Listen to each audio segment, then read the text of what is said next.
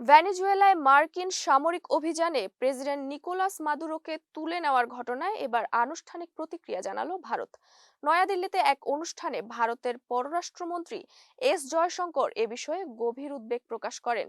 জয়শঙ্কর বলেন, ভেনেজুয়েলার বর্তমান সংকটের সমাধান শক্তি প্রয়োগে নয়, বরং আলোচনার মাধ্যমেই হওয়া উচিত।